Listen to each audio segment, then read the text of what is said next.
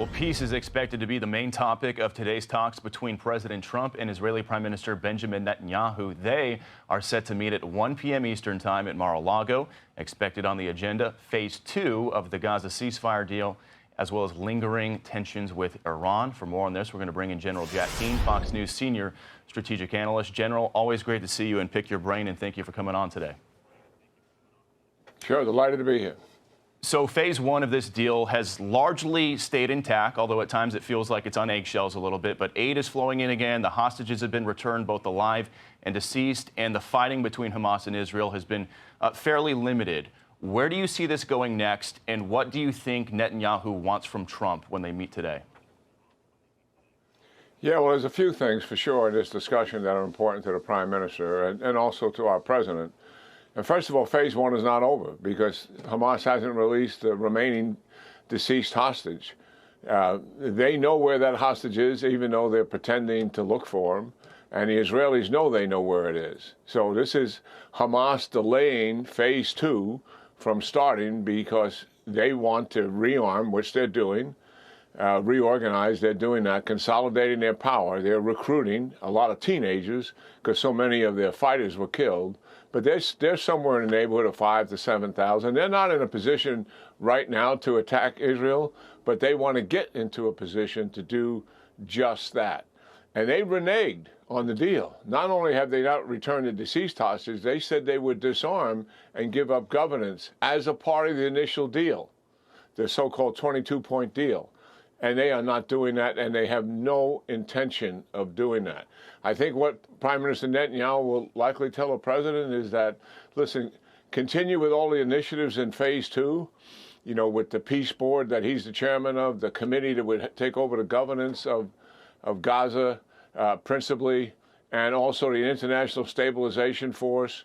But if after all of those initiatives, the International Stabilization Force does not have the will to disarm Hamas, then give me the discretion to do that and finish them once and for all myself at some point if these diplomatic efforts don't bear the kind of fruit. I think that's on the agenda. Also, he's obviously dealing with Hezbollah. They've had a ceasefire since November of last year, and they've had to attack them over 100 times because they keep trying to move infrastructure and military capability to the south. The Lebanese government has failed to disarm them, and it doesn't look like they're going to be able to do that. President Trump has been supporting all of that effort for well over a year. And then the remaining issue is obviously Iran. Iran is rebuilding their ballistic missile program, which fortunately did not have a devastating effect on the Israelis, but it certainly did kill a number of them and wound a number of them. Only 10% penetrated. They cannot let that capacity get rebuilt. Israel will have to have a green light at some time, obviously, and they want the United States to support them to go back after it. Iran is not actually rebuilding its nuclear program, but intelligence says that for sure, and is in public print now, that they clearly intend to do just that. So vigilance on Iran for sure, and likely some action to come with them in the future. And this meeting is happening just one day after President Trump met with Ukrainian President Volodymyr Zelensky at Mar-a-Lago as he's trying to bring an end to that Ukraine-Russia war as well. President Trump says they've made good progress. Here's a little bit of what he had to say. I just think we're doing very well. We could be very close. There are one or two very thorny issues, very tough issues, but I think we're doing very well. We made a lot of progress today, but really we've made it over the last month. This is not a one-day process deal. This is very complicated stuff. But I think when the president says 95, I think, you know, could be close to 95%.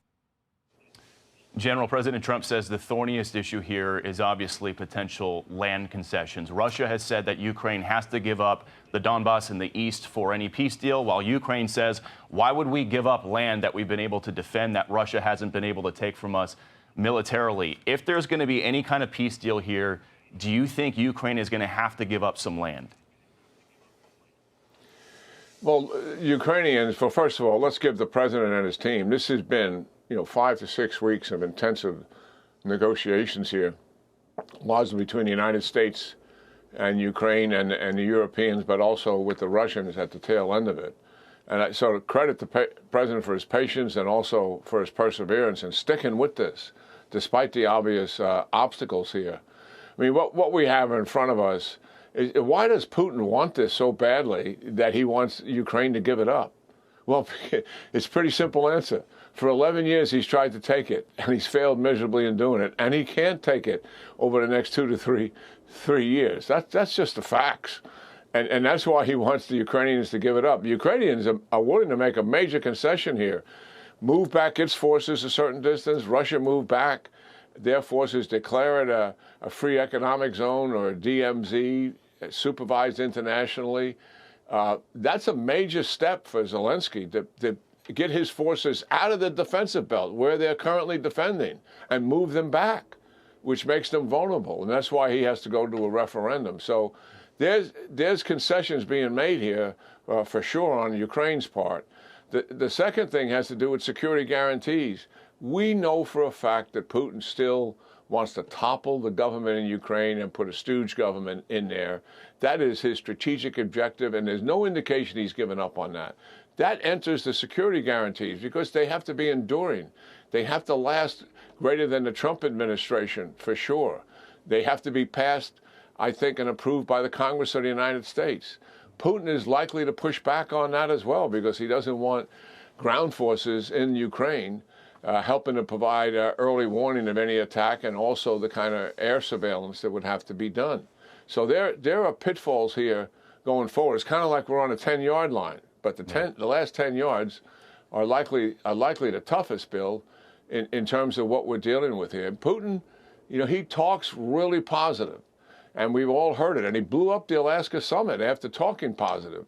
I think this time, if Putin reneges on this like he's done on all the previous initiatives that the president, the Ukrainians, and the Europeans have tried to stitch together, then we can't return to the status quo. We got to be all in to put real pressure on Putin for this time for, creating stalling through negotiations, buying time for himself so he can break the will of the United States and the will of the Europeans and certainly the will of the Ukrainian people, because he's killing them every day. That seems to be his methodology here.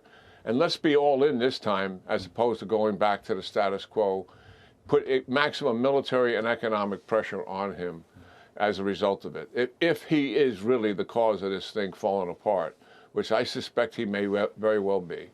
Yeah, and to your point, it feels like we've been close before, but then Putin goes and attacks some civilian center, sets everything back, and the question has to be asked, does Russia even want peace in the first place? We'll see where it goes from here. General Jack Keane, great to see you, and as always, thank you for your insights. Yeah, great talking to you, Bill. Thank you. Yep. Hey everyone, I'm Emily Campagno. Catch me and my co-hosts Harris Faulkner and Kaylee McEnany on Outnumbered every weekday at 12 p.m. Eastern, or set your DVR. Also, don't forget to subscribe to the Fox News YouTube page for daily highlights.